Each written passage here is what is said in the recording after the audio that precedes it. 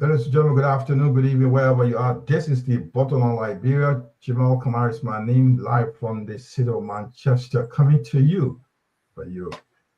Tonight again, we are back here on the Royal Line. With me tonight is my colleague, good friend, the Lord Jodopley. He's a good friend of King Charles. Good afternoon, good evening, my brother. How are you today? I'm very good, Jamal. Good evening to you from my end to you in Manchester. How are you doing? Well, we're doing great. We're doing great. The weather is good here in Manchester. We can't complain. Life is good. If it's just Johnny, I want you to just turn on your show and we're going to take you a nice ride, 1.5 hour ride tonight. We'll be digging deep into Liberian newspapers and some trending issues. Right, Paul? Absolutely, yeah. Exactly. That's it, Paul. Paul, tell me. So let's bring our guy tonight and bring in Takun J from there. We'll take you we'll give you the menu of tonight, Paul. Okay.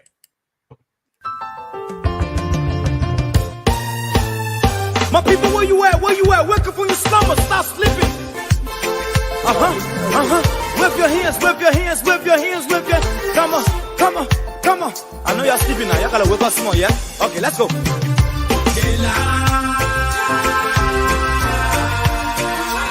people fool us. The people lie to us. The government betray us. So much. I said they lie.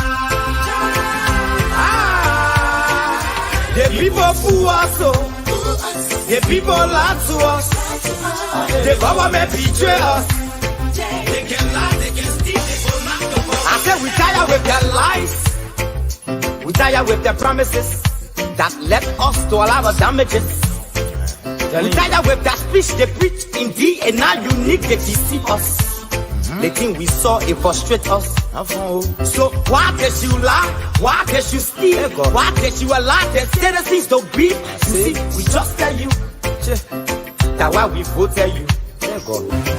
But you fool us, you screw us, you use us and later on abuse us. So why? The government should lie. Why? But that's the question that we ask. They lie. Fool us, the people lie to us, the government betray us, they betray us so much. I said they lie. The people fool us, the people lie to us, the government betray us. They can lie, they can steal, they will not to corrupt. I said no one to trust. My people don't want to hope on nobody. My hope that I have been broken. I'm telling you, brother. So where are the schools? Where are the roads? Where are the jobs that they say they could afford? But they're too selfish. The people tired with their rhetoric. People tired, they tired. You see the reason why we ask why the government betray. They have enough for time, but yeah, then instead they delay. People suffer. No work for people crying for hunger. Look at. Your vision and your mission, your intention to the nation, you got nothing to show. Nothing. So, why? The government should lie. Why? But that's the question that we ask. They lie. The people fool us. The people lie to us. The government betray us. They betray us so much. I said they lie. The people fool us, the people lie to us, the government betray us. They can lie, they can steal, they go knock the corrupt.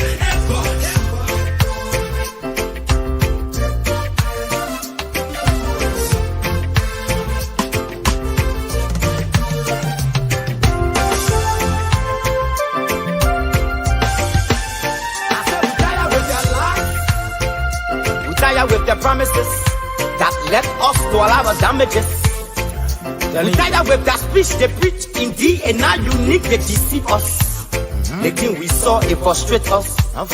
So why can't you lie? Why can't you steal? Why can't you allow the citizens to breathe? You see, we just tell you that why we voted you. But you fool us, you screw us, you use us and later on abuse us. So why? The government should lie. Why? But that's the question that we ask.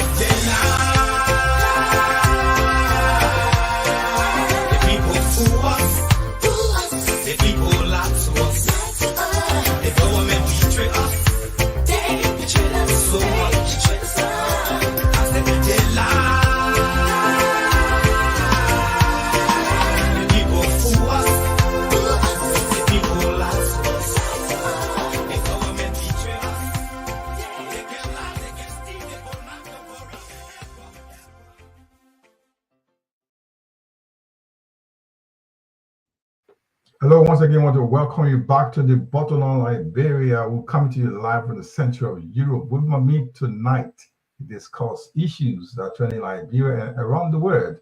It's my good friend, the law Paul Chilbley. Paul, I think my colleagues will be joining. Linford is should be joining us soon, and as well as my own man, Francis Mesa. They may be also joining us for now. These guys are hosts for the show. But tonight, I'm going to take you through what's happening in Liberia right now. You know what is trending in Liberia. The fire in the house, in the House of Representatives. That place is on fire, Paul. We'll be telling you what's really happening right now in that place.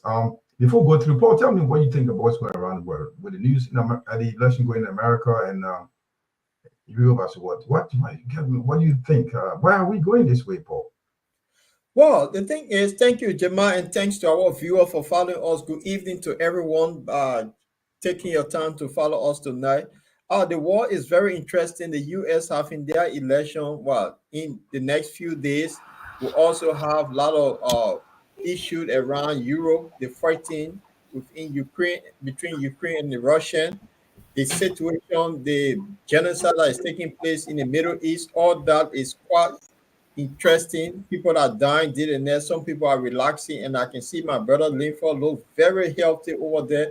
Good evening, Linford. So, yeah, so while our brothers and sisters on the other side of the world are dying, but then something caught my attention lately. You see, the hypocrisy in the world that is the one that caught my attention. According to the American, Yeah. they said North Korea have sent 10,000 to Russia for Russian to train there, and they'll be using the 10,000 troops in combat against the Ukrainians. So they found this as they step in, and it asking China to step in and talk to North Korea. So my thing is, the greatest power on earth, is that happy? Why can you send your troops there to be complaining to the allies of Russia? It doesn't make sense. So that caught my attention. Yeah, that's quite interesting. Linford, I want to welcome you once again. Linford Egon, Linford live from the studio C in Norway. Linford, welcome tonight to the Borderline Liberia. Welcome. Yeah, thanks, guys. Do you hear me well? Yeah, go loud and clear. Loud and clear. Okay. Yeah, I'm happy to be back. The past few days I've been down, but trying to get back. So it's a good thing to be here and to also be a part of the discussions here on the local front and on the international front as well. And you know, I heard you guys talking about in your opening statements. I heard you guys talk about the war in Ukraine and other stuff like that. How America is accusing Russia of sending people to North Korea, or North Korean troops coming to Kang. No, listen, I will tell you something. Russia, if that troops, if that power, manpower, human being, Russia does not need to go anywhere. Russia, the land mass is big, the people are plenty, so I think they can fight their own war. And if for any reason, any other country in the East, like North Korea, China, anywhere want to step into help, of course they can do, because the war that Russia is fighting is not only fighting Ukraine. Russia is fighting NATO, because NATO is there and giving support. So it is not feasible if there was any organization in the eastern part that Russia can allow with for them to step in if they want to. You see, because it's like you got friends, I got friends too. So I think nobody should complain here. Normally, like we say in Liberia or in our Liberian parlance, it's equal, or they are equal. Nobody, no parting. You're equal, you're friend. Nobody will part you. You complain, you get tired. Nobody will listen to you. Yeah. Right. Now, okay. Before you come in, funnily, their thing is they're telling the UN Security Council that what Russia is doing is wrong, because there's sanction on North Korea, so they should not allow North Korea army. Also, Russia came back and said, well, you're supporting Ukraine, so we get all of our allies to support or wherever we want to go. So they said this. So I don't understand. So they put the sanction on all of the people in North Korea. You put sanction on the No, country that's and the it. government, not And the you see, so individual. they say North Korea now is breaking the international law. But then right in Gaza, the hypocrisy that taking place that the massacring people back to back, you sending arm, no one should talk. But then on the other side, you see it as so what's the story with these guys? What are they up to? Yeah, Anyway, quite interesting. Okay, guys, I want to just give me a little bit what your take on what's happening, because the big brother is actually at the polls right now. United States of America is at the polls too. We got Kamala Harris and we got the President Trump running for the seat. What's your take before local politics? Before going to Liberia? Tell me what you think. What your take on this? well, the thing is, Jamal been following the U.S. Election with an equal eye. But then I think it's too close to call, because what happened, there will be a protest vote against Kamala Harris with the situation in Gaza. Then on the other side too, the other guy that people are looking at, he was then Biden. So those, you have the Green Party also standing. So if anything, people want to do a protest vote, they may vote the Green Party that will come Kamala Harris chance of getting a seat. That's how I see it. But it is where it is. People may change their mind in a dime minute, and then it could be a good thing if she wins. She'll be the first female president of the United States. So, and also being Black and Asian. So I hope all goes well for her, but it's too close. Your prediction, Paul? Kamala or Trump? My prediction, I think she will win. It's my prediction. I think she may win. Okay. But it is where it is in America. You can't be sure, because you can see the line that Donald Trump is taking, the racist line. He getting a lot of support on that. Okay. Tell me what you think about the American election. Yeah. On the Donald Trump bit, I don't know if any of you had the opportunity to watch Obama supporting speech for Kamala Harris in where was that? Was it Philly? Somewhere, just 2 days ago. And you know, that speech, I listened to it, and Donald Trump feels that he's very sarcastic and he's like attacking all of the other people from the other side, even people who disagree with him. But I mean, if you listen to that speech, man, it's something like 11 minutes plus. And Obama was like in real campaign mode, like when Obama was running to be president. I mean, the guy tore Donald Trump apart like piece of paper. I'm telling you the truth. He went point by point, and laying down everything that he did and that Donald Trump came and destroyed, and what Donald Trump stands for. And I listened to that thing today. I was like, wow. And all of the racist rants that Donald Trump has been spewing out, Obama addressed it equally. And also Kamala Harris herself spoke recently. I listened to that too. I think she's fighting her king, and yes, the race might be tight, but I want to believe some part of me tells me that even if Donald Trump will win, which I know he will not, the race will be very, very, very tight to call. And so now ordinary voters are voting. Some of them have voted already. Some of them are still deciding, and some of them are willing to vote come November 5, which is just 4 days away from now. So then the momentum shows that Kamala is actually leading. The momentum among the voters, it shows that Kamala is actually leading. But I think what everybody will be waiting for will be that stuff they call electoral college and those swing states. So we wait to see the actual voting day, to see what will happen. But nobody should just think because Donald Trump is out there throwing racism. But the thing is, and this is one of the things that Obama said in that speech. You making all the racist statements, and America itself is an immigrant nation. Okay, so it should be only the Apaches, the Cherokees, the Chihuahua Indians talking about America. Now you, Donald Trump, whose parent came from Ireland.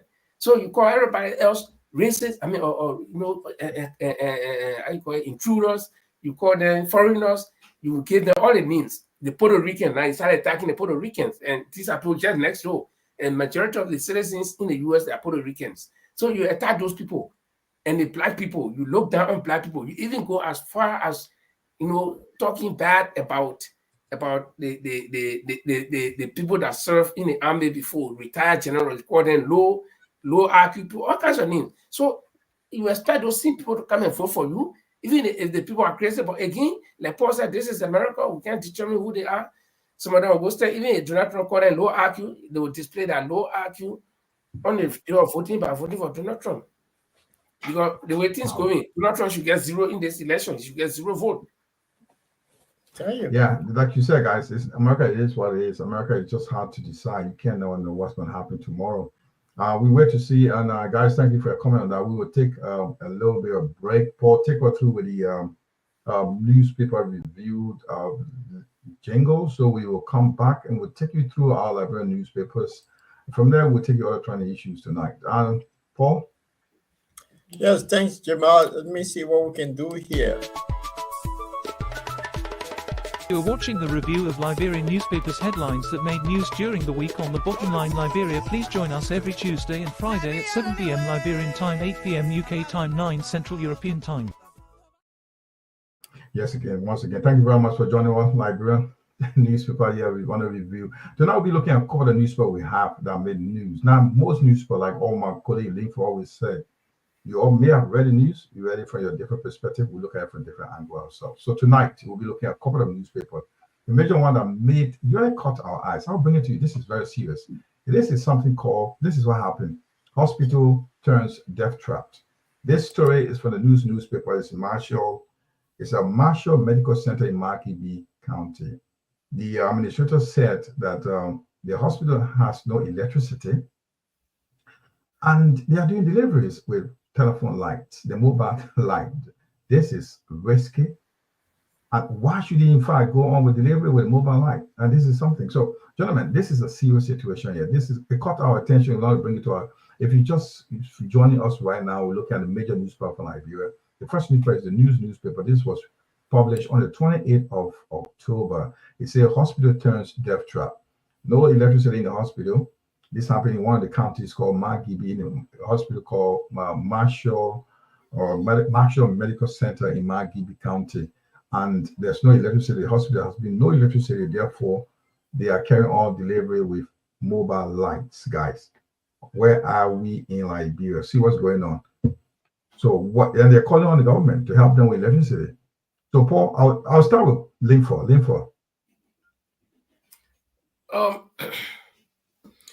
You know, when I see this kind of headlines, for me, it's not strange because if anybody wants to be fair enough, almost all of the hospitals in Liberia, including the JFK, which is the biggest and only referral hospital in Liberia, all of them have been death trapped in a way. And when the newspaper describes the hospital as a death trap, it's like it was meant for people to be healed, for people to be treated at hospitals, but it is where people die the most because somebody is involved in a car accident and this person is at the point of death. They need immediate attention and they carry them to the hospital, and the hospital in turn tells you that there is no bed for this patient, this dying patient. Even if there is bed, there is no medicine. So in other words, they are telling you, leave your person here to die or take them home to go die with you. So, you know, I think government will need, and this is not only this government, because governments have come and gone and the conditions of the hospital still remain dilapidated. Since I was born, I've been to JFK Hospital one time. That was 1982. Okay. I still remember around March, when school used to open in March, I was there to take operation. And I know what JFK used to be like. JFK JFK, it was good hospital. Things were very good. I remember my doctor's name still, Jerome Ngangana. And you know, these were people who were going all around the world. The Jerome Ngangana, I spent almost 1 month. We I was supposed to do a particular operation. We spent complete 1 month waiting for this man because he was in Bombers, he was there, you know, doing operations and other places doing surgery. And JFK was good. But then that JFK that I should know, because I spent complete 1 week lying down there, that people say you go now, you can get treatment, you go, they say no bed. The hospital is not small. So how can no bed? Is it that not sufficient bed? I don't understand. So, you know, the hospitals have become death trap, and we must just accept them as they are. But let the government do something. And what surprises me is that the lawmakers that we elect to go and represent us in government, as government is a big house belonging to all of us in Liberia, but we all cannot go, so we send our representative to go in that house. They are the ones that are killing us. So even if the hospitals become death traps around the country, it is our lawmakers, because they are not enacting any law. They are not putting pressure on the government to do that. When any small money comes, they all fight to divide it. They are bills try to remove one of their colleagues who is speaker, but none of them is busy trying to pressure the central government to put even tablets or beds, even if they're plain bed with small mattress. Or, you know, I remember putting to make the pan touch with mattress and putting the bed and making a mattress. Even if that, you can have that at hospitals, patients will lie down there. So this is the country we have, and I think the people we elect should be able to represent us and make things happen. Yeah, just another addition to you, gentlemen.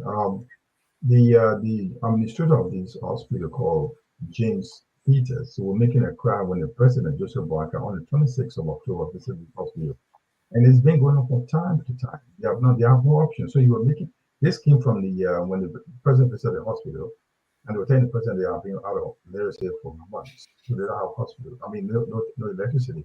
They left with the option to the only option they have is to use the mobile lights to do delivery. And the president of the nurses were doing the nurses, oh, thank you guys for doing a good job, but nothing happened. So up to the president, they have not heard anything from the president. And this was a cry made to the president when he visited the hospital to see the good job they're doing. So Paul, what would have happened if you were in that situation as a president and come to you and say, look, man, we've been carrying operations, or we've been doing deliveries with telephone light, with a torchlight. What do you do? I need to just make a cry to the president before the president, nothing happened. But that's lives. We were like these for saving lives. But with just lights and mobile lights. This one is heartbreaking, Jamal, and I don't know where to start from, because if Liberia has been classified as a banana republic, so a banana republic means there's nothing serious about that country. It's not a serious country, because if it's a serious country, since the Civil War ended by now, hospital and schools, those are places that should be key priority for any government. And they don't take that serious, but the lawmakers can take $15,000 home, get $30,000 for agriculture break and all that. So the people just don't care for their own citizen. And this is where it is. And the leaders that we have, the path from Edin to Wea, now Beka, they seem not to grasp this simple thing that when the people are healthy, the educated society grow. They just don't figure that out. So we're in a serious mess. Citizens should be okay. So the money they take to put into their budget, the president ran $500,000, how they call it, bulletproof car, think on it. That could provide serious electricity, also that system for this hospital over there. We just not serious people in Liberia. This is where it is. The lawmaker not serious, the leadership not serious, the president not serious. Everybody just for themselves. They're not for the people. Yeah, man, it's sad. 21st century, the oldest country on the continent, electricity for Christ, a hospital. Gaza, where is bombing Gaza with all the things Israeli trying to flatten the place, but you see, doctors, the equipment that the people have, electricity, they manufacture their own thing, and it just surprised you to see our own country that's so stable. basic Right. electricity in hospital. Shame on Liberia, man. But Libra, you were just talking about JFK being the only, I think it's a major referral hospital in Liberia. And I've noticed that I also attended TNMA for years and before the war. And I noticed also like just JFK should be one of the best with a lot of referral coming through with our doctors coming from there. And today it's like one of the, I think one of the death trap as well. The place is virtually empty. The doctors are leaving, no attentions, nothing happening. The nurses are not being treated well. Staff have left the hospital. What do you guys think? Like, should this continue? Or is it looking at people looking at privatize these institutions so you can get better hand? But then looking at the side of the government as well. I mean, the people cannot afford if you put in private hands, you could break the people off in terms of raising the prices. I mean, medicine treatment could go up. Liberia can afford, and you see how those guys with the deep pocket traveling abroad for treatment. We've seen that the last time now. Son of our president, I mean, I think there was some tour guy involved with car accident in Lofa. Yeah, he got flown to, I think, to the US somewhere. Turkey. He went to Turkey. He wanted to talk for treatment and turn out back to JF. JF, there are a lot of things happening in Liberia when these things happening. And is this something the government, I'm just asking, is this something like, is this a rescue train? Is it derailing or is it all stay on the track? I think the rescue train has been derailed from day one. After the president had his inauguration speech when he collapsed and he fainted, say he had bulletproof jacket, that was the day the rescue team derailed it. So they've been derailed a long time. They're not going nowhere. There is no clear-cut agenda for the country. So this is what you get when you don't have agenda for the country. This is exactly what happened. If anybody have agenda for a country from day one when it starts, hospital, school, this agriculture, you will see the green light, the way the country will be moving. Just imagine, hospital don't have light. That should be the place, even for Christ's sake, when electricity goes, generator should be in our hospitals to save life. That's the fact. And that's Marshall, and that's why my Gibby County, one of the Marshall is in Marshall, one of the busiest places around Monrovia area. If you leave, that's in Gibby County, and it's a Marshall Medical Center. They don't have light for months, and begging, crying on the president to give them a light. All they do is surgeries, do minor surgeries and deliveries with the telephone lights. Wow. Go on. Like you said, Marshall is just a stone throw from Monrovia. It is also very close to Haber, Firestone. And Firestone has 24-hour current. I can attest to that. Even during the war, 1990, all the way, I lived in Firestone from 1991 all the way to 1993 before Haber fell, and then we have to close down the radio station to move. There were 24-hour electricity and running water in Firestone. Okay, at least in Haber and around the Haber Hill vicinity. Okay, where the staff used to live. I live on Haber Hill at that time. So I know Firestone will always have electricity because they use that dam at the Farmington River. They use a dam right there. So if a hospital is very close to Haber, and you know Haber has been in Firestone has been in Liberia for years. They got social cooperative responsibility. You can add this part of the thing there and say, no, listen, we know you got other things that you're doing, but please, help us to save life. Okay? So some of these things, government does not have to, but the thing is, no innovation. The people in the government, the first thing they fight to go there for is to make themselves rich, to have the opportunity to be part of the national cake. Okay? That's all. They're not going there with plan. They assume that, okay, if we win and we get there, then we'll start planning, which is wrong. It's just like, you say you want to go to America, then they take you from Liberia, they go put you there. You say, well, get there, I'll find place to live. And you get there, you can't find nobody. You know nobody. You get no plane and nowhere to go. So even though you are in America, but you don't have anywhere to go. You see all the beautiful places, but where to go? See, so they want to enter government, and because of the lucrative positions, they want to go and hold, and then to corrupt. So they just run campaign. Now, when you run campaign on lies, and then you succeed to govern is what will expose your lies. See, it's easy to lie, but to back the lie, to turn the lies into truth, is what is very, very difficult. Right. Want to welcome our brother and friend, one of our co-hosts, Brother Francis Mensah. Francis, welcome.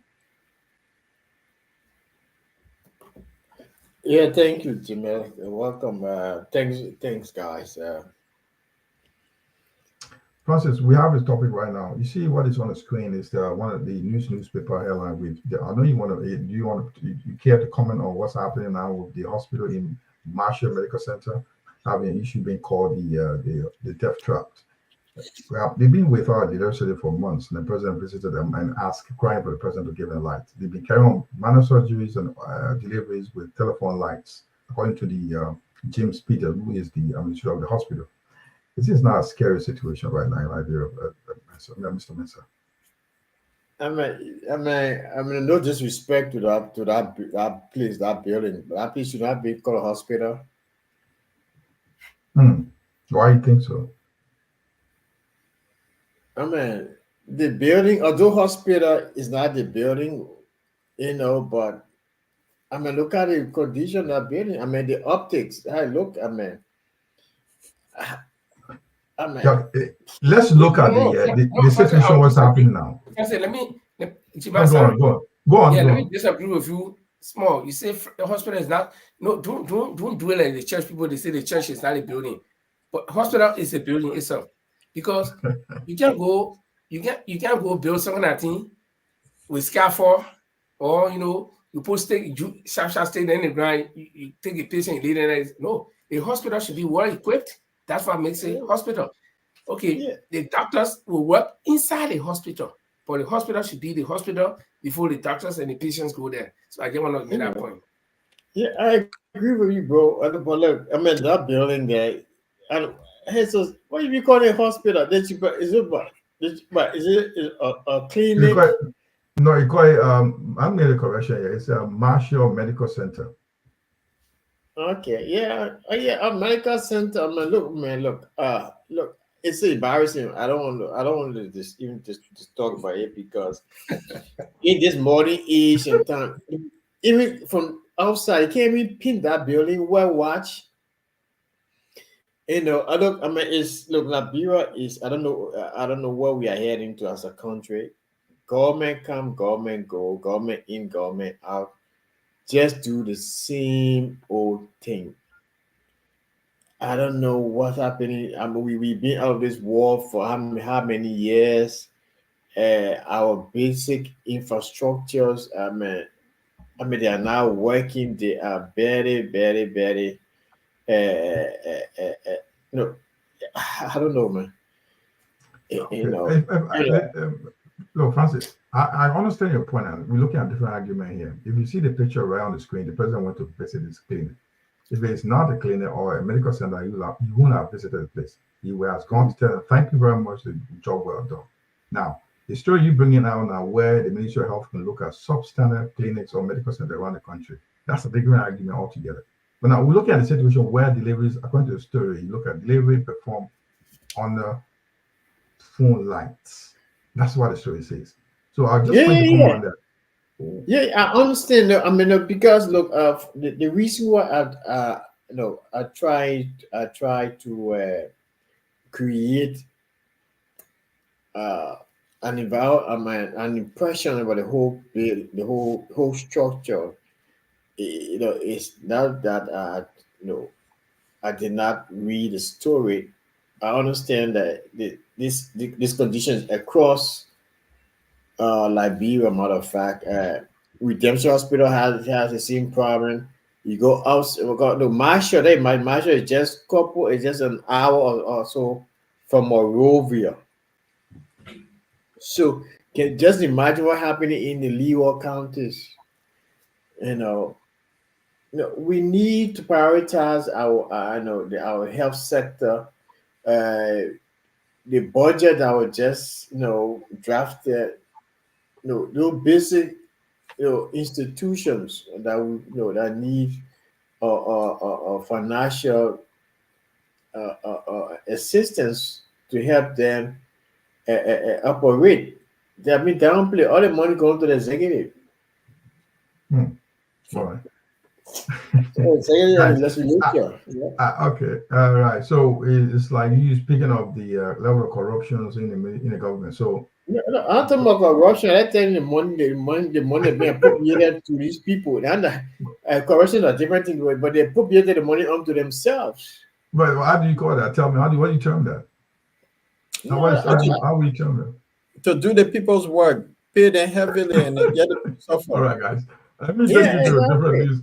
That's all right. Let me take you to. We got different news highlights I want to take you to, guys. Let me start this with Linfa. Linfa, this is another story coming up from. This is from the Liberian Telecommunications Association, Authority Chairman, Interim Chairman Abdullahi Kamara has informed the people that early 2025 we'll be having 5G will be rolled out. That's worth like $3 billion worth of digital transformation will be taking place across Liberia. Is this a good news or something like we can afford or some? It's just for me, I don't understand it. I want you guys to just take me through because 5G internet will coming soon to Liberia. This is what he told us. 2025, early next year, we'll be having 5G internet connectivity will be rolled out to all Liberia. How do we see this, guys? Is this something feasible? If it's feasible, can we afford it? Because let's look at now the service providers in Liberia, those who provide these internet services.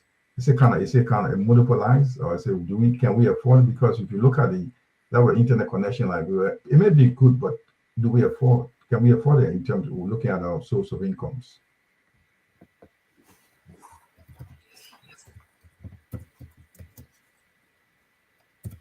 I'll lean for or Okay, anybody can take on, guys. Let me kick off. I use 5G on my subscription. Right. And I know how heavy it is in terms of the electricity consumption, because I know when I'm in my house, I have internet. The moment I get out, I go on the data, and my 5G is working. My battery will go very fast while I'm using the 5G. Meaning it got heavy. It's very heavy. I don't know the technical term because I'm not into that area, but I know it's heavier than the ordinary internet, because the ordinary internet weight is on different load compared to the 5G. The 5G, the weight is on your phone, is all by itself, nothing supporting it. So you got a country where the government does not provide electricity. The people can hardly have electricity. Okay, so you introduced a very good telephone network, which is very good. Network provider, which is very good. And that company that is coming, I think they should have made their assessment to see whether they can actually earn money in Liberia. With a country where there's no electricity, a country where the people are not working, everybody is crying, a country where nothing seems to be going right. Then you take your 5G. I don't know whether it's coming from Thailand, because I saw one people the other day they mentioned something about Thailand. Okay, so where all this company is coming from, we hope they have done their feasibility studies. We hope they know where they're going to, and I hope they can accompany their 5G project with all of the elements that will make it to be functional, or else it will just be like you buy a new brand Mercedes-Benz. Then you got road to drive it on, you park it. You ain't got fuel to put it in the car. So, I hope this company did their work. But the good thing about it is that if it is good, if they'll provide all of what it takes, then that's a good project. And I wholeheartedly support it, because sometimes when we're talking to people back home, the interruption is so much because of network. When you say hello, it will take 2-3 minutes before the person can hear it and then say hello. So, that is so good. It sounds good. But again, my only hope is that I hope that everything is done and everything is put into place instead of just saying we will do it. Look, let me just say something. I don't know if it's the LTA, because LTA is a player is a regulator and player in industry as well, in the telecom industry in Liberia, because they have their own what you call uh, subscription plan. They're providing telecommunications, telephone, you call it. I don't know the terminology Yeah, for it, yeah, they but provide, yeah, the provide, service provider. yeah, service provider. So I don't know if this is if it is you call it the LTA themselves bringing out stuff to Liberia, because you know internet and electricity, you know, they they are uh, they are what you call it, they working hand in hand, so I don't know how that's gonna work. I mean, because it will be one generator out of the cost associated with, I mean, bringing that into the country. So, I know Mr. Camaro himself, he had a service, he had a sub internet company in Liberia. So I don't, I know. So And I would, Okay, I just hope that he's not going to make contact with another group. To kind okay, and use the name yeah, but he to had also. something in Okay. Liberia. He had something in Liberia before he became he was uh, one time like one of the commissioners before LTA, I think on Elaine. Then he mm, Yeah. went to work one of the internet company as well as one of the one of the top managers before. yeah, he brought something to the country, and this guy, how you call it, that's another mobile money Yeah, stuff. And he now he brought. gave me another Yeah, one yeah, in Liberia. But yeah. Mr. Camaro was my classmate at Morocco College. Yeah, so I don't know. All right, guys. Okay, let me get a little bit of information on this one. It's like according to the story, he said that LT, Liberian Telecommunication Authority, is like telling us like it's Orange, and one ZTE is bringing the service through Orange, one of the service providers in Liberia. They are providing All right, 5G. all right. Just some clarification right now, because LTA is like has informed, and I think it's a company, Chinese company, is working around to bring through. They can provide through Orange, so they can provide Liberian with the service of 5G. My question, guys, is this: um, we know most of you being like the West Paul, you've been you've been frequenting Liberia for the past years. You know how it is in terms of internet connection, connectivity in Liberia, and the affordability for our people. I just want looking at you guys to tell. I want you to look at it from that perspective. 5G here already in Europe is an issue. It consumes electricity at the very high speed. It's one of the fastest. It's one thing. Second, we all talk about electricity. I bring there is a second. How can we afford it? Because it goes with the cost is also going to be capital intensive. Looking at the people, they are even struggling to get food on their table, and you don't have much of those service provided. The internet company or telecommunication company is not liberalized like where you have people coming to compete, so prices will go down. I was just looking at you, looking from that perspective, affordability, and that in terms of is this something like it's not like a bit of a show putting here, guys, showing like okay, we can bring it competing with other West African countries when we don't even have the means of paying for it. Wow. I mean, Jamal, if this gonna roll out soon, I think it'll be good for Liberia. But friends who are looking for a war, how do they two go together? One of the big English I learned when I was in high school, when I used to visit ALU campus, they use the word, they are intertwined. You see, that was the big English language, but then when we heard it, say, oh, these ALU guys can speak book. Now, in Ghana, you have a lot of telephone company, and I think they're running 4G up to 4G in Ghana. If Liberia gonna go 5G, you have to have electricity 24/7. And now in Ghana, if you spend $1 on how to call it internet service, lasts you for 7 days. In Liberia, it's quite expensive. It will last you for 24 hours. So the telephone system in Liberia, for internet services is quite expensive. So if we have third-party company coming in, I think they'll reduce the cost of, because you only have two players in a country. If one of those players, which is Orange, going to roll out this way, the regulator in Liberia, I think we let's look at the affordable cost for our people. Will they be able to afford this? Because I know Orange will raise the price up. But if we have third party, then we know they'll be competitive in prices. But as I see it, I think they're going to rip our people off on this. What are the major service providers in Liberia right now? We got Orange. We got Orange, we got Lone Star, and then you also the NTA. They provide their own broadband services as well. Is that the one called Libertel? Libertel, no. The LTA is the Liberia National Telecommunication. Yeah, I think that should be Liberian government only provider. Libertel should be. So they are the regulatory, and they are providers.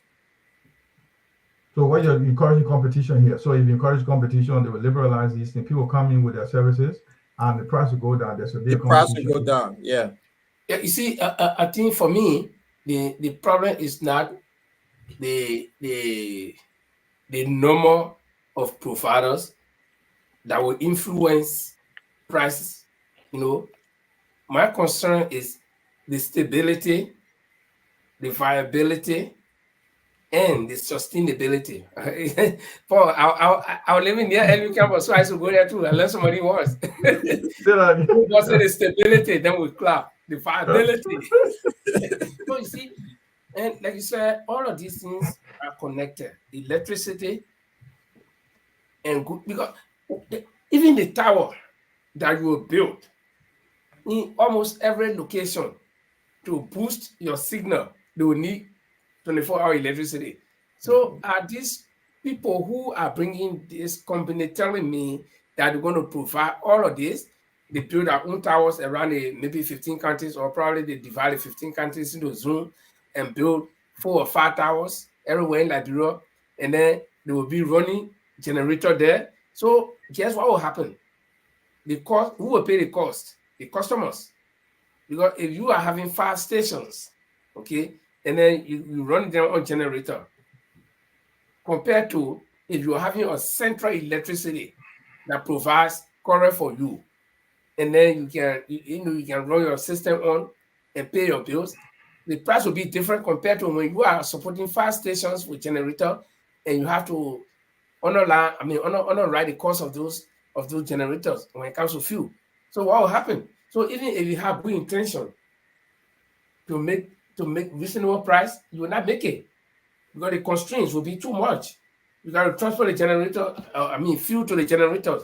And when you're transporting the fuel, you will pay the trucks that deliver the fuel. You buy the fuel, okay? You got somebody that will be manning the generator to make sure that the fuel is finished.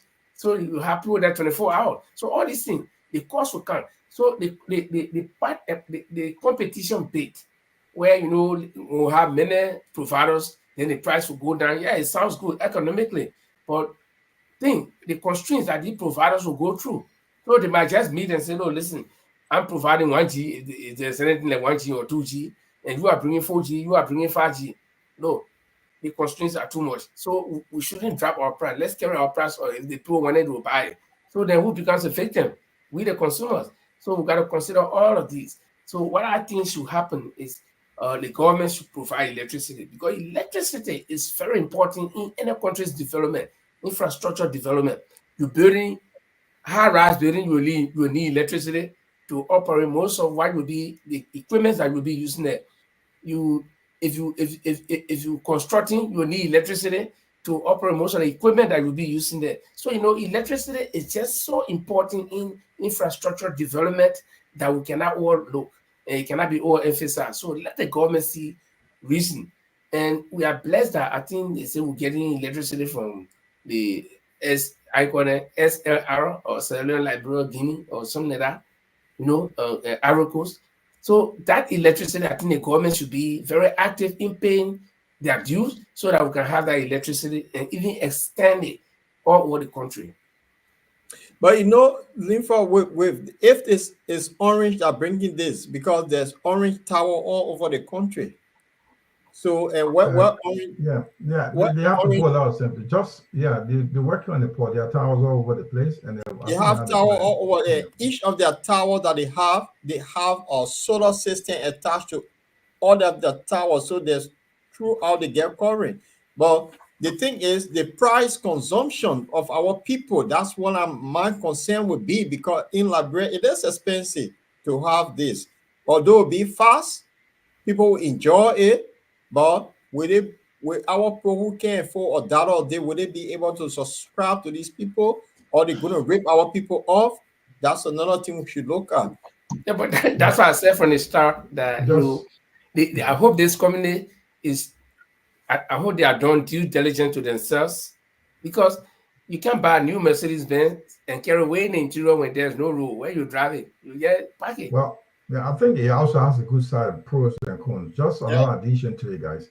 Now, few countries in Africa have rolled out 5G. Nigeria has done it. South Africa has done it. Senegal has done it. So Ethiopia last May, Ethiopia announced the rolling the 5G as well. So it has a good side and has a bad side. So in the sub-Saharan, we'll talk about sub-Saharan Africa. These are the countries, so Senegal, Nigeria, South Africa. Those are the big countries. Nigeria is the big brother compared to, like Paul was talking, Ghana is struggling to even roll it out. So Ghana has, if you look at it, if you look at the middle-term economy, people in Ghana right now compared to Liberia, it's a bit different. So if they can't even think about getting the 5G, thinking about it right now, it's going to be difficult if you get it rolling out in 2025, early 2025. But let's hope for the best. I think it had a good side of it. Let's look at the good side of it, guys. Jamal, we can look at the good side, but the thing is, I'm over ambitious. Look, I'm in Europe. My 5G fluctuates from 5G to 4G, or between 5G and 4G. It fluctuates. I'm paying for 5G right now, but it still fluctuates between 5G and 4G every time. Yes, I have this in. I noticed it too. Yeah, so you think what Liberia? Liberia has one of the highest rate, electricity, telecommunication, everything. So look, this is just another bluff. Sorry, my friend, but it's just another bluff. So what are you saying? We can't make it. That's what you're saying. No. You see, it's not. It doesn't mean that we are point blank saying that we can't make it, but we leaving room for disappointment. I mean, Jamal, it's very easy to say I'll buy airplane. I got a couple of countries here, guys. You guys are down like I got a couple of countries I'll call you that have already rolled out 5G. Ethiopia is joining Botswana, Egypt, Gabon, Kenya, Lesotho, Madagascar, Mauritius, Nigeria. Countries are stable countries. We talk you're talking about, so these are normal countries. Your country not normal. Nigeria, man. Mauritius. Uganda, Zimbabwe as well, guys. These guys are. Somalia is better off than Liberia. Politically, let me tell you, politically, with this Omer Museveni, politically, Uganda may be in the trenches or in a dream, but economically, Uganda is cool. Infrastructure development, Uganda, they build another high power train station. I saw their fast train. That was a very good. It was Uganda. I was Botswana, one of the countries. I say Kenya did it, Uganda did it, Botswana is doing it, Aricos is doing it. Doing the same thing. Yes. All right, guys. Let's take a little bit break. We want to introduce a show. A guest will be coming out soon on our show. She's a publisher. We'll be bringing a book she published, and we'll take a break. Then we'll come back to what is really trending in Liberia today. We all know what's going on in the house, so we will get to view a hot in the house. House of Rosette. I know it's not new to you guys. It's something that we need to talk about until the end, because it's what really trending in Liberia. Now, until then, let's look what's going on. I'll take a quick break. Paul, just take the news break again and come back, and I will bring you one of our Liberian published writers will be coming soon to be one of our guests on the show. We'll be bringing her book up. And well, let's go for a quick break and come back. You are watching the review of Liberian newspapers headlines that made news during the week on the Bottom Line Liberia. Please join us every Tuesday and Friday at 7 p.m. Liberian time, 8 p.m. UK time, 9 Central European time. Okay. That's all right, Paul. Thank you very much. Right, guys. This is once again, I want to welcome you back to the Bottom Line Liberia. Joining us from wherever you join us from. We're coming to you live from Central Europe. My name is Jamal Kamara. Tonight with me, I have Francis Mansai in Sweden, Paul Delorcho in London, and I have a big man himself who based in Studio C in Norway. This link for Agon Boy. Tonight, we're discussing, we'll just review Liberian newspapers, and now we have, if you just joined us, you can see on the screen, we have our sister who will be joining us. Liberian published writer, that's Bello Comfort, who wrote a book called Reclaim Spaces. She has published this book. She has been around Liberia. She's talked about a book. She's about a journey of life. Very interesting story. I got a copy of it, and I will be bringing us soon to be talking to her about her book, what inspired her for this book, what inspired her to write this book. Guys, as some of you have read this book or you heard the book, what do you think you know about this book so far? Any of you?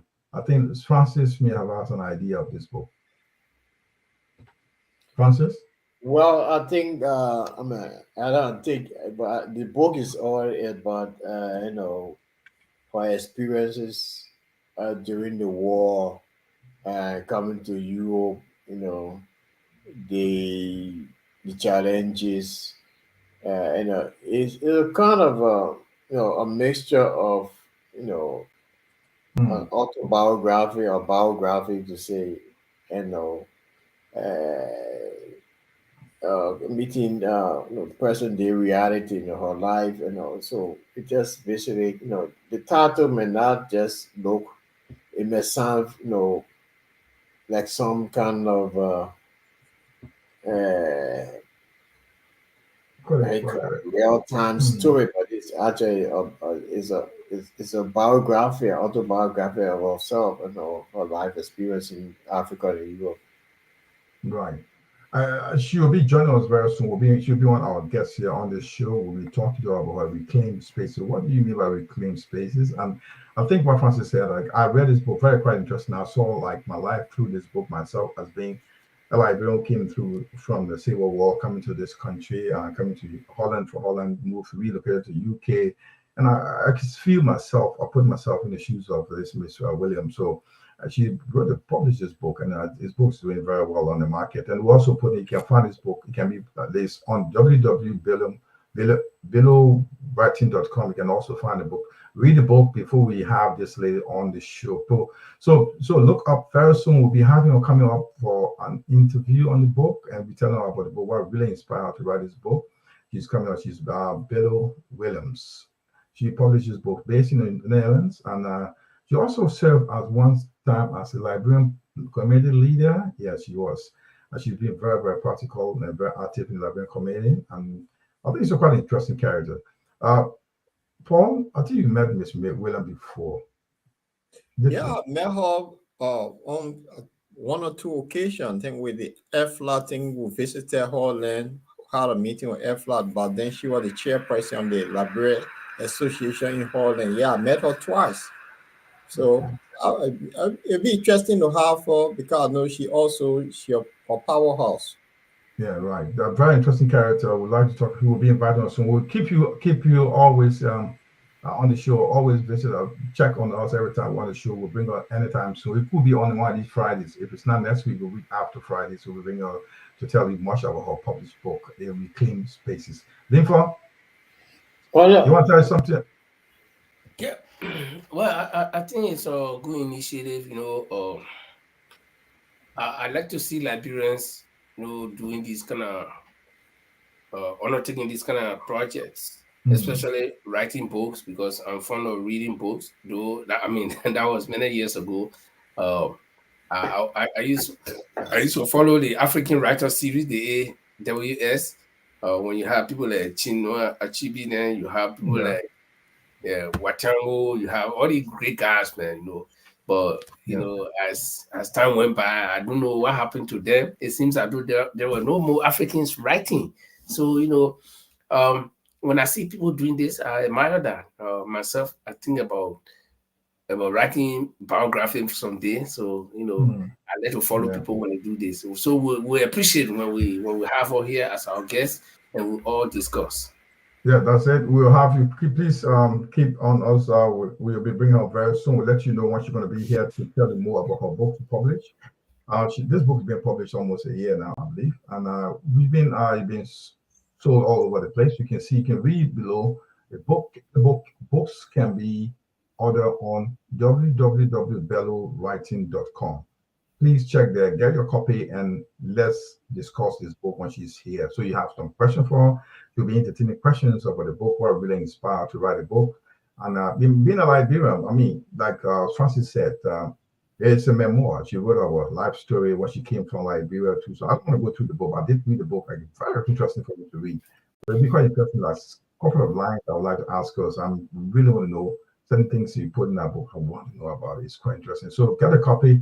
You see it below there. It's on the screen, www.bellowwilliam.com. Get your copy, and we have us our guests who can answer all your questions. I think you'll be ready to take your question. Guys, now, link for Paul. Can you tell let's say thanks to all those who join us right now. Recognize those who join us right now on our screen. From there, we'll go to what is really trending Liberia right now. Who do we have that following us right now? From our side, I see a couple of people. In fact, I even share the show, and I see a lot of people like it. But I share it on different platforms, so they are watching it on those platforms, not here. Right. That's why you don't see them here. But one of the persons that is watching is, in fact, my wife is watching. Oh, so right. I want to say welcome to the show, and I also see Lasana V. Kamara from somewhere is watching it on Martin K. and Collins platform. Then who else? Princess Howard is also watching it on the Costa show, and someone else. Okay, Jonathan JB is watching it on Liberia Public Forum, and several people watching it on different. I can go through all the list here. So yeah, got a lot of them. Yeah. Yeah, you may not see them here because they're not watching it. They're watching it on the other platform that I share it on. Good. So we did this. We are doing this just to recognize those who follow. Got hundreds of people that follow us. We just want to say thank you for joining us and share the show. Like the show. Anytime we come on, we'll always come to. You'll be alerted so we can know what we discuss here. We discuss Liberia. What we do mostly, we discuss what is Liberia and what is on our hearts. This is what we discuss. This is the bottom of Liberia. If you have any issues you want to discuss, you can always drop your questions in and tell us what to discuss. And guests we would like us to bring in. We'll do our best to bring the guests who can also have their questions or cue them and about the topic you want for to discuss. Guys, now I want to take you back to what's happening. I will go straight to Francis. Francis, you know what is going on right now in Liberia. I want to start with you. The story in Liberia right now is unfolding. The horse is on fire. When I mean the horse is on fire, the horse of legislation is on fire. This is what's happening. And I'll put this on this is from the Liberia Newspaper. Deputy Speaker Fala Dishes boss. Tell me, take us through what's going on. People who just joined us, they don't follow what the story is all about. Take us through and what do you think we're going to be the end of the story? Is this going to bow out? Or is this something going to stick to his gun until justice or constitutional, prevail or whatever the case? What do you think? Look, Deputy Speaker Fala did what he had to do.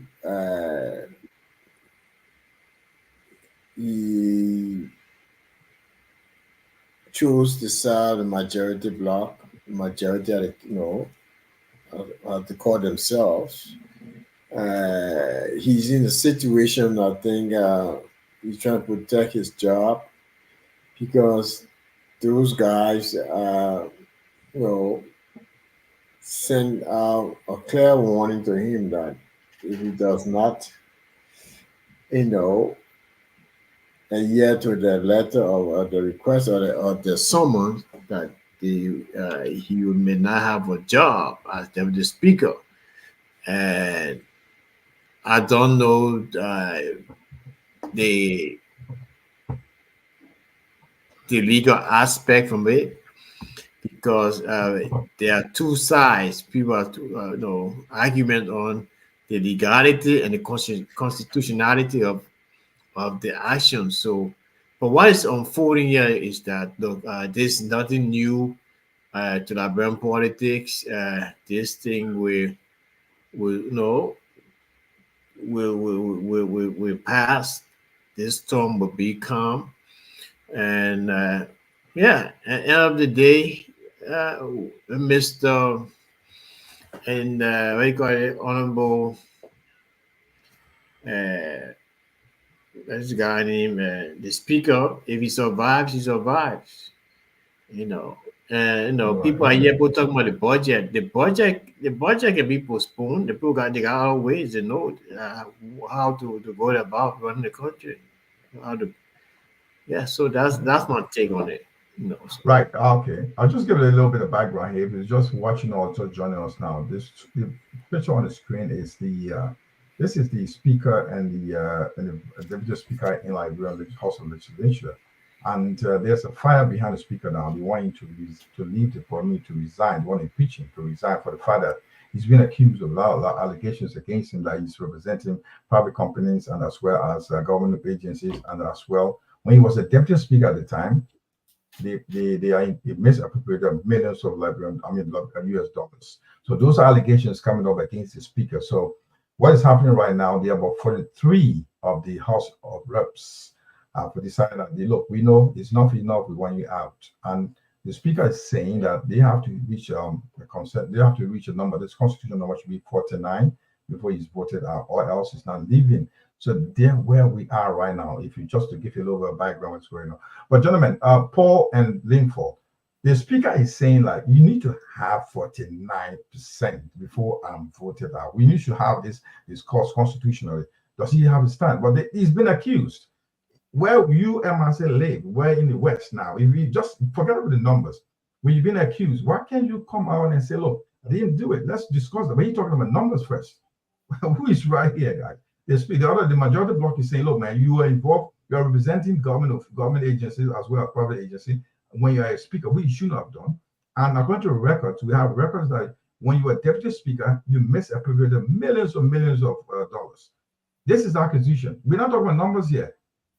So who is right here? He's saying, no, I'm not going. Forget about that. If you want to vote me out, we should have 49% of the majority before I'm voted out. So where do we go from here? Who is right here, gentlemen?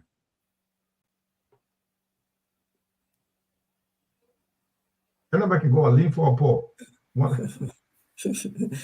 Amen. Fanatic Kofa is going. I mean, you can come back. Mr. Master, you can come back if you want to comment on this. Fanatic Kofa is going.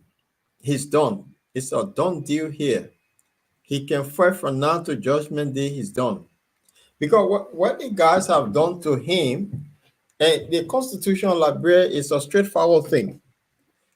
They say in the absence of the speaker, the deputy speaker can preside. And what the guys did, the majority bloc went on the other side in the John chamber where they can all meet. They settled there, and this father have joined that group. It just tell you now, in the absence of Fanatic Kofa, the deputy speaker now, he's running the show. So they are 44 now. So how long does it take to get the other guys over to make it 49? He's done. The game is over. So he can drag this on. I mean, he wants to go by the rules. That's fine. But it's over. Okay, that's what. I'm not looking at numbers. This guy's been accused here. He's been accused. He's not even looking at allegations against him. Like all the allegations made against him. You represent the government agencies, you represent private agencies, you are a speaker, and you also misappropriated millions of dollars when you are a deputy speaker. He's not even looking at those accusations. He's saying, well, you know what? You may be right. Before I discuss that, you have to get the numbers to vote me out. So does this say that those guys are right about the accusation against him? So you're just looking for numbers. So if you can't get the numbers, you can't get out? Or you see, what do you see here? Who are we talking about here? We're talking about lawmakers. Fanatic Kofa, the speaker. Yeah, but we're talking about lawmakers, right? Yes, the lawmakers. Okay. And the lawmakers, when they make a law, they expect we, the citizens, to abide by the law, right? Exactly, yeah. Okay, very good. So if the lawmakers, their own law, their own rule, just within their circle, says that you have to have the number 49 to be able to remove or speaker, whether the speaker killed somebody, whether the speaker stole, whether the speaker is not qualified. You cannot just move him because you accuse him. You have to have that number to remove him. The same way before you become president or before even they became speaker, or what, representatives or whatever, they took part in election and they accumulated certain numbers that qualified them to be. So the laws are clear on the book. No, I'm not bagging Fanatic Kofa. I don't know him. And what's something that making me laugh every time I hear the man, the way some people can pronounce it, they say for nothing Kofa. It sounds like he's for nothing Kofa. But the man name is actually for Nati. For Nati, I think Paul can help me with that. I think it means wait for your time or something like that. For Nati Kofa is the Speaker of the House. I agree, like what Paul said, he will be removed because this is Liberia. But in a normal country where the people here working, where their heads are functional, they will not move in without accumulating that number. Because that's their own law. And if they're making a law and they're breaking it among their own in their own circle, do they expect one little Japaro living way in Bonkonima to be able to abide by the law? Now, so everything they say in their resolution is accusation against Fanatic Kofa. Now, what does the law of Liberia say? If I'm accused, I'm presumed innocent, so you can prove me guilty. So let them go into Timos. Why are they breaking away and they're going separate way? Let them go in the gathering where they are supposed to properly convene and judge these men, because the allegations are not final decisions. They are not verdicts. They are allegations. So you say Fanatic Kofa misappropriated money. Suppose he brings otherwise document and prove that he did not. But because they want to remove him and they think they can accumulate no more. So I think if our Fanatic Kofa, which is doing rightly, I will fight to death. I think they will have to lift me up, literally on their shoulders to get me out of that. But I will stay there until we fight it. But again, Liberia being the kind of country it is, they've been doing it before, removing 2 speakers. So I think they may do it. But Paul struck a point where he said, the law says in the absence of the speaker.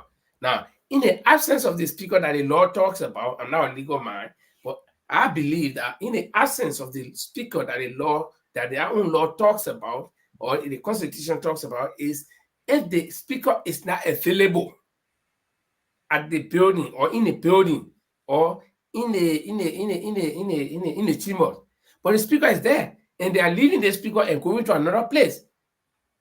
Okay, and part of the same law says that even if it is majority convening in that building where they're supposed to, in that chamber where they're supposed to meet as representatives, they can compel the majority that is out. They can compel them through the court to come back to a session. If they do, so they are breaking their own laws. But again, like you said, Paul, I agree. This is Liberia. Anything can happen. Okay? In Liberia, people had the opportunity to even bring the sky down, they'll bring it down. To dry the ocean, they'll do it. Because strange things happen in this country. These are lawmakers that should be present for the interest of the people, but they're fighting 1 year gone in the government, no pressure on the government to provide the necessities of life for the people, but they're fighting to remove 1 man. They got to prepare the budget for the next year. They're not even thinking about it, but 1 man should go out. And Thomas Fowler, I don't know what he's drinking or what he's smoking, to think that he will betray Fanatic Kofa, and according to the Constitution, if Fanatic Kofa is out, he can become speaker. No, the United Party government is out to grab all 2 of the houses and control them. That's what they're doing. So you Thomas Fowler, the thing you're taking, you better drop it and think twice, because this may come from your party. If you betray him and you think the United Party people will trust you, I will stop there. Okay. So Jamal, before Francis come in, this is very interesting topic here. What happened? These 2 people you see on the screen, they're from CDC, right? Mm-hmm. So CDC is now in bed with United Party to remove him. What does that say? because CDC should be the strong opposition bloc. That what we call the balance of power. But a CDC is in there with the ruling establishment. He's done. He's gone. Okay, I got a question for. Look, I think I want to. We got another 10 minutes to end the show, guys. I want to get a question across the board. Each and every one you should give a point. Where do you see the end of this? Will fanatical bow out? Bow to pressure? Then just resign? Always stick to his gun. I want each and every one of you to make a comment on it. Where do you see the? I will take it up quick. I'll come in now. I will take it, but now let's give it a week for now. Where do we? Because things are not going right now. Situations really getting very, very chaotic. And now, where do you see in the next 1 week? What do you think? Tell me something. Why are you going to stay in, or you're going to bow out? You're going to just resign? The first thing I'll tell you is that I already said it. If I were fanatic over, I will not move, and he will not remove. He will not resign because he's based on the law. The guys must accumulate 49 to remove him, or but it happened with Edwin Snow. He was fools out. Yeah, he resigned. What happened to him? He resigned when there was issue of this. Yeah, but Edwin Snow resigned, and what happened to Tyler? Tyler resigned too, right? It was a pressure, is it? Okay, but I am saying that Fanatic Kofa will fight to death. He will fight to the last breath. So what are they going to do? Are they going to lift him up? Are they going to grab him? Fanatic Kofa got people too. You see, as long as the law is there, Monday, I think the Supreme Court is supposed to come up for a decision. And if these people cannot abide by the Supreme Court decision, then they are breaking the law. Then I listened to Yeke Kolwa, he gave a press conference. He said probably there's going to be an interim government. Because if you break a law, there will be no law and order. So for Natukova group said, nobody sitting in the building here. And they too, the majority group said, nobody sitting in the building. What will happen? And of course, you got 43. You got 43. For Natukova got 30 some more. So if everybody start rubbing shoulder in the building, what will happen? So you're thinking that the country is at the point of collapse? Constitutional? I will not use the word collapse, but we are in difficult times.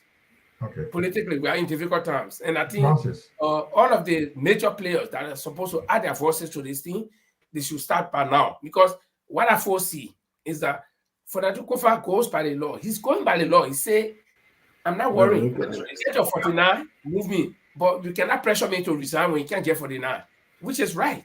That the law is the law. You can't bypass the law. Thomas Fala, what the body, Edwin Snow and the other guy, Alice Tyler, they resigned. Okay, they couldn't stand the tension. But Kofa is saying, I will fight until the law can tell me resign or until you can accumulate your number to remove him. Simple. Why are they getting one? How long it takes to get 49 if you get 43? How long? If you know that all the allegations against a man is true, why can't you go to the minority black and still convince people? Okay? But I'm telling you, it's a usual game that they've been playing and thinking that this man will resign. But if the man doesn't resign, they will see pressure. Okay, I just want to clarify. What if this thing turns around? What if this thing turns around and all of the guys say, okay, we can concede, we can make concession, we want to go back to, we want to meeting Kofa as our speaker. What face will Thomas Fala have to serve as deputy to this man? You know, I mean, as a man, you got to build up 2 balls and be strong. And you stand by a decision and say, I'll do this. You can't be worried. I want you to be clear. Liver, hello? Are you hearing me? Yeah. I want to be clear. I want to give the other guys a chance to make a comment. I'm just asking you, just to go straight again with the point. Will Fanatic Kofa Bala, will he resign? He will not bow down. He will not back up. He will not back up. He will not resign. He will not back off. And he will stay in there. So what happened when he stays there? What's going to happen, you think? They must build on the number. Not giving up. Yeah, they must build on the number. That's what will happen. If they don't build on the number, you stay like that, what happened? The total collapse, constitutional collapse of the country. That's why I said we are in crisis. We are in constitution. We are heading for constitutional crisis. And those that got forces should add their forces now. Right. Okay. Francis, where do we stand here? We talk about West Africa. I must talk about it 2 days ago with the West African Union. We're not saying them. The Council of Churches, the Interfaith, the political activists. So where are they? Anyway, but what do you think? Where do we stand here, Francis? Where the two elephants are fighting right now? Look, From the local things, this may go down to a deadlock. Mm. There will be no side that will win. It will end up with compromises. Mm. My honest thought there would be that Mr. Kofa will likely not succumb, but he will do the judicious thing to let go because of the country. His side is This is full of bad stubborn precedent. people. This is bad precedent. I mean, his side has a lot of stubborn people on his side as well, and as well as the group that has 47, 43. But again, look, I don't know the rules of the House of Representatives. So from my end, from the from the legal perspective, and from the Constitution, I strongly believe that Mr. Kofa would, end of the day, say, look, when people for the sake of the country, no, I resign. It may be a bad president, but end of the day, that what will happen after a long fight. So then why put on a long fight when you know you resign at the end of the day? Yeah. Okay. It's Paul? individual choices. I mean, Yeah. it may come down to the point when people start to talk. You can have your problem. You can be very resolved to.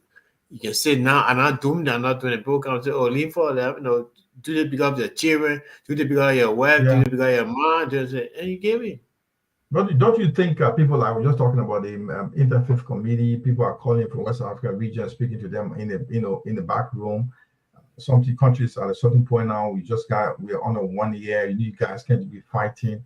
Somebody have to see reasons and say, you know what, I'll just resign and let it happen. He said with me as no, I don't he know. said he's in the house, right? He said House of Representatives. Stay in the house. Setting bad precedent. Why is it that it is not the group that is attacking this man or accusing him that can back off, but it should be the man that should back off? Because if he backs off, that means he's guilty of all of the allegations against him. And the man is saying, come and prove your case against me. Come in chamber. So why are they staying away?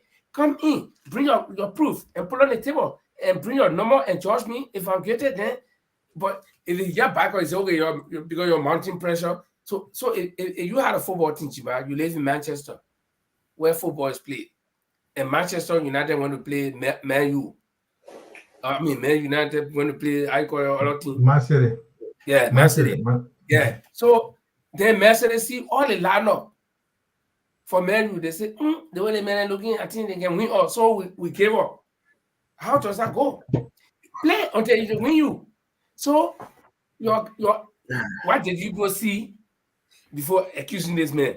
The proofs that you saw based on which your allegation is based on, bring it in chambers and put it on the table and bring your number and be able to judge this man and move him.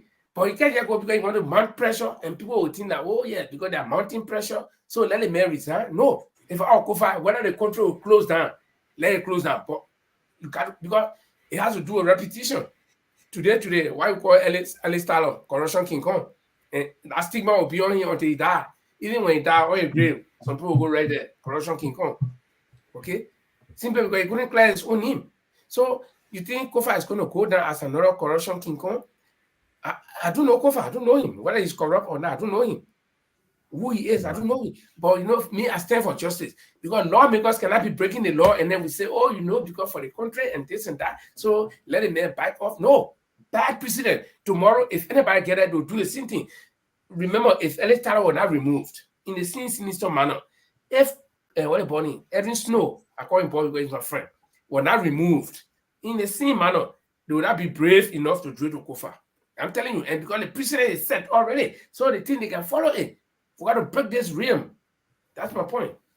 So Jamal, this is very interesting, and I like what Linford is saying here. A precedent that have already established, they cannot continue doing this. It must come to a halt. Now, what happened here from the day Kofa was elected? There was allegation made by Yeke Koluba that they gave them $4,000 voucher to remove him. What have he done so much? They saw what he did. What encouraged them to vote for him? Then after a month, they decided they want to remove him. So if they have allegation against him, well, the house is there. The other 33 members who sit and say, you're bringing in Chima, let's have a discussion. If the allegation is true, we can all vote this guy out.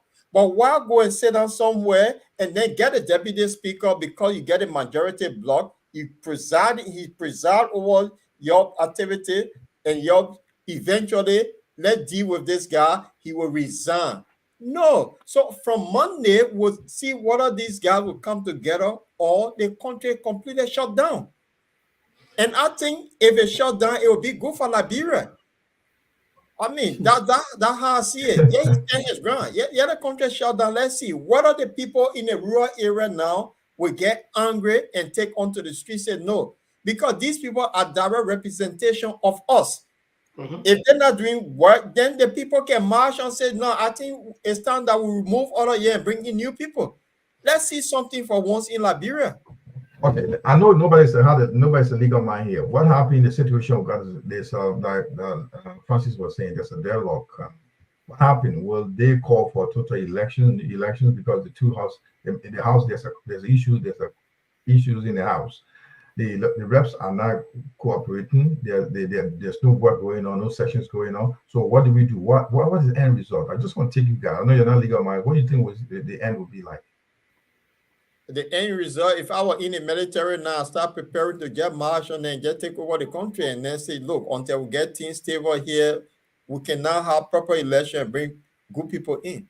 Or they have an interim government.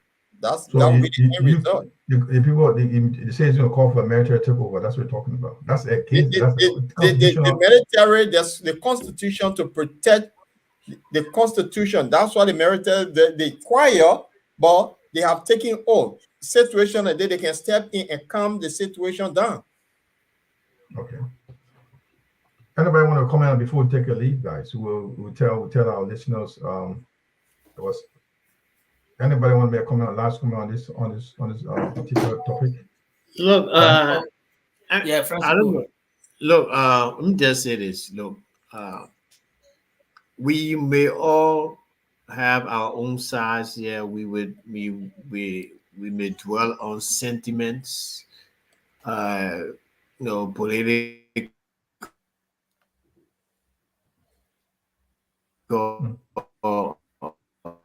what put into this matter here. It's the internet here from from the end. But I think the fact is that Kofa will have a fight, and at the end of the day, he will throw in the towel. Trust me. So this is 1st of November, and we will see it. You have all the people behind that elect, so Yeke Koluba, Musa Berete, and the rest, and the Foko and this guy Melvin Cole behind him, telling him no. But at the stage where we are, Kofa his name Johnny there now to reach 44, right? Right, what his name at Farah. They'll be 44. They're 44 now. Got 5 months to go. So if they reach 49, they have to be in the John Chima to discuss this main allegation. He have the right to defend it. And reach 49, they got discussed. I mean, I reached it. I mean, that's the process they say. If they reach 49 and then they can put a resolution on the floor, the others they can have a debate, and then he have the right to defend himself because he been accused.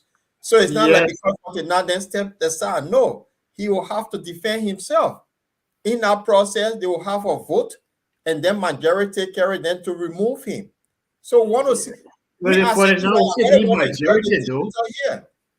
I don't think anything he's going to say at that hearing that will convince the other for the now to say no. Okay, No, but okay, I agree. You know, that's why I said the law should be the law.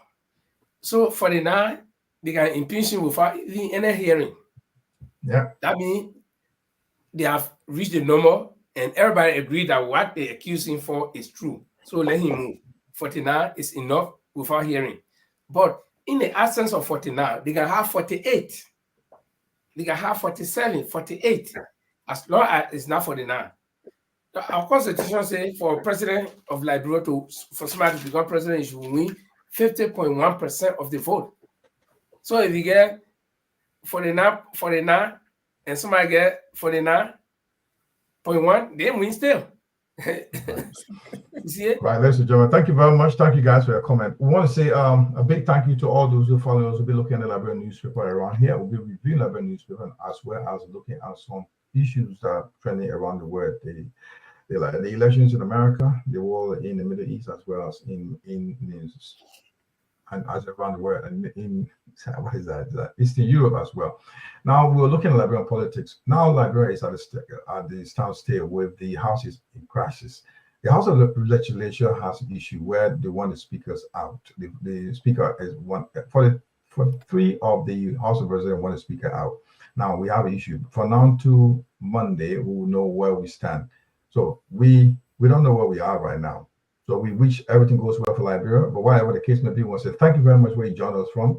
This has been the Bottom Line Liberia. We will take around and see the last comment from our co-hosts. Then we can tell you and ask you to join us on next Tuesday, where we'll be right here at the same place on the same show, and we will let you know we're having a guest. Guys, anything to a parting comment before we take a lead from here?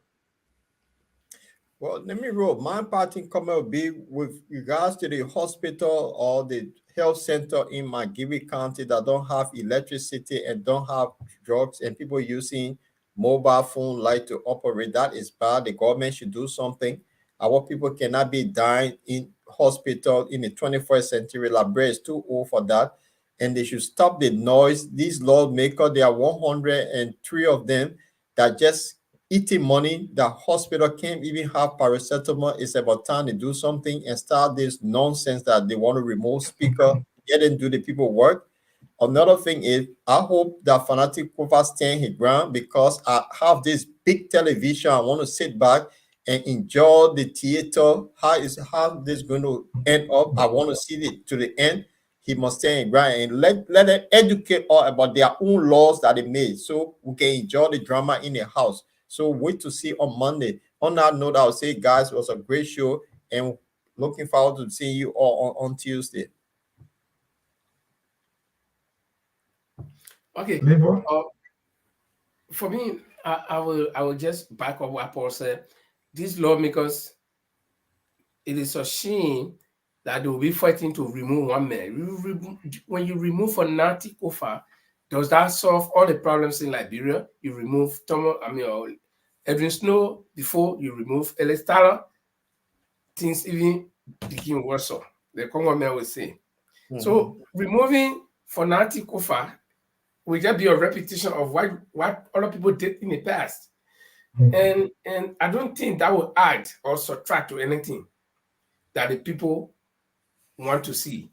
You should be fighting for your districts, for your country of representation, so that the equity of the wealth should be given to everybody. You know, that everybody will have that equal share, even if not equal share, but at least what belongs to them or what they can get. But you sit down there, you want to remove one man, and because the man, who in our house can swear not to God, not to anything, but to themselves? Just swear to yourself. Say, I swear to myself, I know get corruption money in our house. Who? Then you're joking, one man, no money, he gave us some, or because you're behind the man. No, you're all went there to hustle. If the mail law open, so to speak, I'm not encouraging it, but the mail law open, you're leaving because you've been doing the same thing. Okay, let's go to the power. You're who the pure people that now eat money before. You can't. I listened to Yake Kolva press conference. The guy said, I'm accusing all of them. I'm saying things about them. Let them can say something about me too. And now they can step up. They're all guilty. So we know what's playing there. Because for Natikova, probably he may not be trying to comply with all of them. He blocking some of them.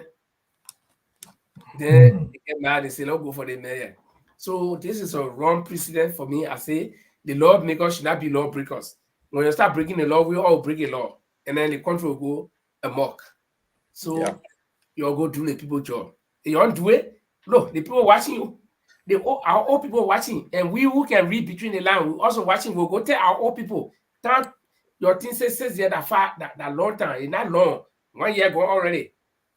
After the next 2 years, you'll move from that morning, you'll start going again. And we finish telling our people already, that man are coming. That man not coming for you, that man coming for himself. Your shoe he will lay one side. So I just want to advise them, you'll go do the people work. Okay? You'll leave for Nati Kofa. If you can build a normal fine, but if you can build a normal, you should not drag a thing on. Simple. And for Nati Kofa, no way is standing on, you're not can down.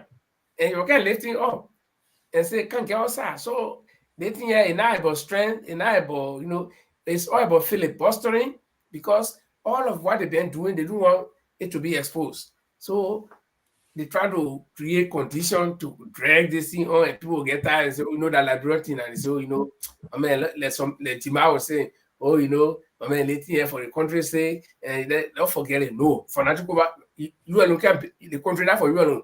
Do not give your right up for any country or fight when they win you that it'll be record. Then at least this is how laws are made. Laws are based on former cases. If they win you, at least we'll know that they fought against Natikova, he fought, but they all won him. So stay there, you can win. And when you win, it'll go down in history that no group of people will just get in our house and say, we want to move one speaker. No. So for Natikova, fight your battle. If I have my own will, if I could even join you to fight, we'll fight. Based on the law. I don't know you. I don't back you. You are not good. You are not good man. You are not bad man to me. I don't know you. But I want to follow the law. Thank you. Because one day I'll be in a house. And if I'm in a house, I want the law to be implemented to its fullest. That's my final Thank you very much. As you wrap tonight's show, there are no episodes of the Bottom Liberia live from the center of Europe. We say thank you very much for joining wherever you join us from. And from the week come to you live from the center of Europe. My brother there, Lingford Adrian Goyen, based in Studio C in Norway. Paul Delorchable from London, UK, while we have Francis Mensah in Sweden. I'm in Manchester, United Kingdom. With Jamal Kamara is my name. And we'll say a big thank you to all those who join us. We'll say a big thank you again. What is happening here? These conversations help to pave the way for a better tomorrow. And this is why we'll talk Liberia here. I want to say a big thank you. I always share the show. You want to make sure we discuss Liberia here. And don't forget, we'll always be on Tuesdays and Fridays. Sometimes we have a pop-up show like we had last week. So always be part of the Bottom Liberia. We're going to discuss Liberia because we love Liberia and you love Liberia and we want to discuss Liberia. We'll say thank you and have a pleasant weekend. Paul, take us home. Okay. Good night, everybody. So today is Friday. TGI. Thank God it's Friday. Good night, everybody. I'll leave you with a beautiful young artist in Liberia, his music. Enjoy it. Boy. If we're pregnant, speak up. Only records,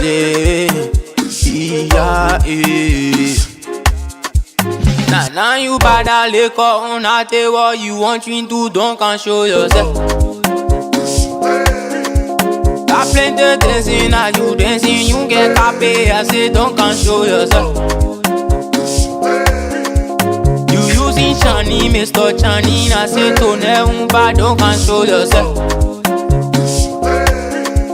You say you young for your sling on a papa bob, I say don't control yourself.